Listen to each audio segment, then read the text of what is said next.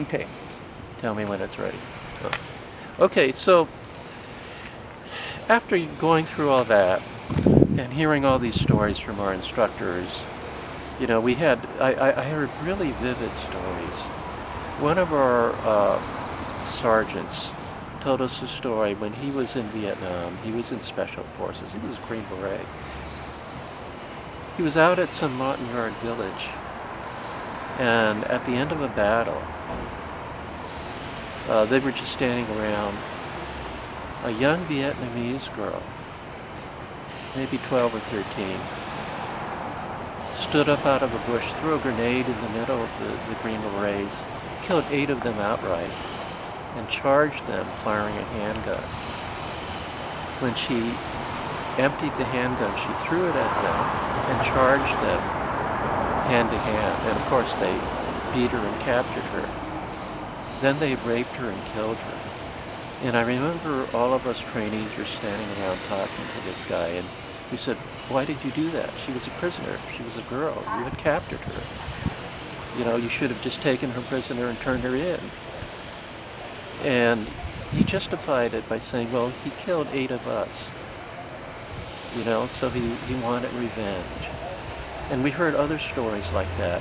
When I was in junior ROTC in high school, one of my best friends who had joined high school, who was a year ahead of us in high school and joined ROTC ahead of me, he was the one who actually encouraged me and another friend to join Army ROTC.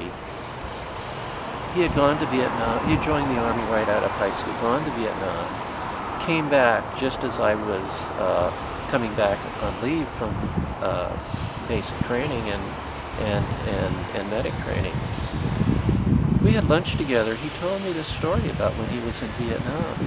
He said he was on leave one time in Saigon, sitting in a bar with a bunch of his fellow soldiers, and there were a bunch of Vietnamese. Keep going. There were a bunch of Vietnamese at the back of the bar, talking to each other, and a group of infantrymen came right out, walking in, straight out of the field, still carrying their weapons and their web gear and their equipment. And they were very drunk. They were yelling and talking very loud. And one of the Vietnamese at the bar yelled at them, "Yankee, go home." The 3 1st Air Cavalrymen pulled their weapons off their shoulders, opened fire on the Vietnamese, killed every Vietnamese in the bar, turned around, walked out, left the Americans sitting there. You know, so I was hearing these kind of stories from fellow soldiers, people senior to me, instructors and officers, talking about atrocities that were being committed on a regular basis in Vietnam, and people were getting away with it as a matter of policy. Then, what happened one time was the news broke about the My Lai massacre, where 1st Air Cavalry, where a combat infantry platoon under the command of Lieutenant Kelly went into the village of My Lai and massacred 504 unarmed Vietnamese civilians, old men, women, and children. And when the news of that went public and we saw the photographs of the Vietnamese old men, women, and children, their bodies just lying there, the photographs of them huddled before the massacre in small groups, terrified, surrounded by soldiers pointing weapons at them. You know, morale just sunk.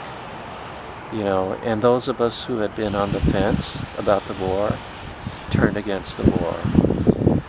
A lot of us had been against the war beforehand. You know, we had studied the history of the war. We knew that after World War II, the Vietnamese who had fought the Japanese, some of them with the aid of the OSS, the forerunner of the CIA.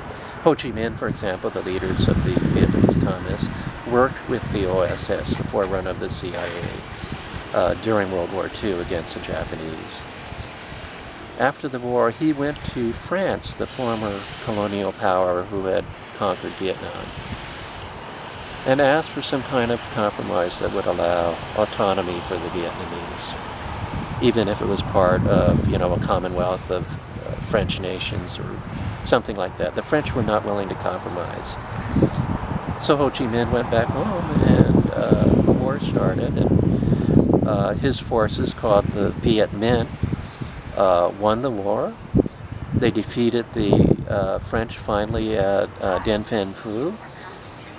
An agreement was made between the French and the Vietnamese that the Vietnamese would withdraw to the northern part of Vietnam, that the French withdraw to the southern part of Vietnam, and then there would be an internationally supervised free election to elect a new Vietnamese government for all of Vietnam.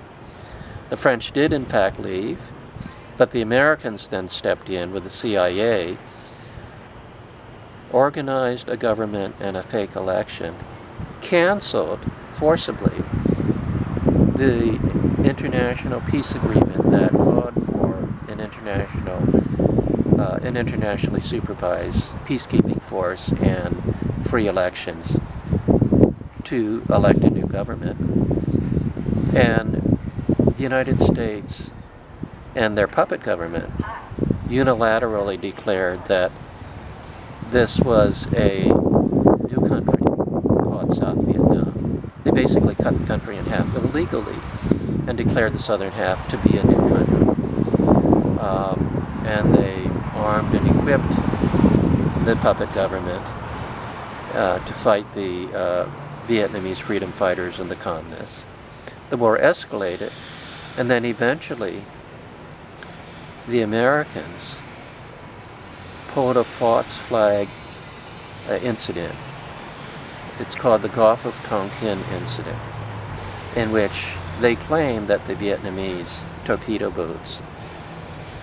This is KEXU 96.1. We are all connected. That North Vietnamese torpedo boats attacked U.S. ships. They used that, even though it was a false incident, to introduce conventional U.S. troops. And that's when we became involved in a really big way in the Vietnam War. A lot of us knew that history. There was a couple of guys in our platoon who had been anti-war organizers prior to being drafted. And one of them consistently challenged the officers in propaganda classes which we had, and talked about that history. The officers never had a comeback for that, because it was the truth and they could not answer the truth. And usually what would happen is it would end up with the sergeants just yelling at the guys to shut up. And the officers saying things like, you know, you should go to Vietnam and you should fight and you should kill because you are men. And a lot of them saying, so because we're men, that means we should be killing women and children and babies? No, we're not going to do that. You know, that's not our idea of manhood. So there was a lot of dissension. A lot of the people in my platoons, the majority I would say, were against the war.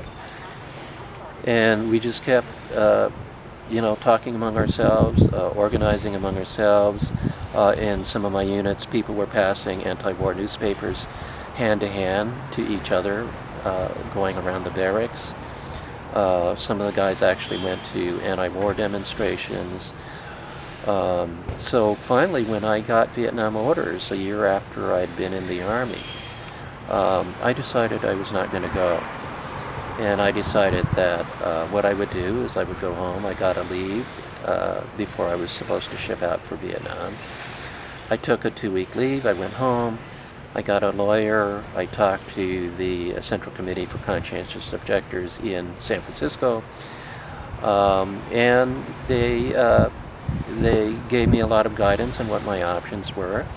I decided to turn myself into the Presidio Stockade, which at the time was in Fort Mason, which was a military base at the time. It's now a national park, but at the time it was a base, and it had the Presidio Stockade there. I turned myself into the Presidio Stockade, refused orders to Vietnam, was held there for about perhaps 20 minutes, half an hour or so, and they came back and they said, well, they pulled me into the office.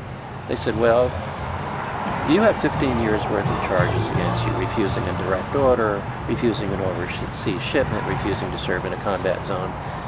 All of those charges are worth 5 years each, 15 years total. We're dropping the charges, we're releasing you from the stockade, and we're putting you back on Vietnam orders. And the reason they were doing that was because so many soldiers were refusing orders and saying, oh, you're giving me a choice between jail and Vietnam, I'll choose jail. And they didn't want to fill up their jails with soldiers, so they were trying to do everything to force people to go to Vietnam. So they released me from the stockade with my lawyer, and as we're driving out of the stockade, I asked my lawyer, well, how can they do this? I'm guilty. I'm pleading guilty. The evidence proves that I'm guilty. How can they just drop the charges and release me? And my lawyer said, Mike, the Constitution promises you the right to be found innocent if you're innocent, but it says nothing about you having a right to be found guilty if you're guilty. So we left the stockade. I escaped. I hid out for a little while and tried to figure out what my options were, and I realized that my options were either I go to Canada or I go to Vietnam. I had tried going to jail. I had tried pressing what's called a limited conscientious objector case, which means that I'm objecting to a particular war, not to the general concept of legitimate national defense, but I was objecting to a war of aggression. I tried to present that case at the Presidio when I turned myself in, and they rejected it because the Army was not recognize what's called limited conscientious objector cases. So basically I escaped, and I hid out, and then I went to Canada, deserted, was there for 5 years. At the end of the war, I turned myself in again, got an undesirable discharge, and was released from the Army. Thank you, Mike. We'll hear more from Mike in upcoming programs. Thank you.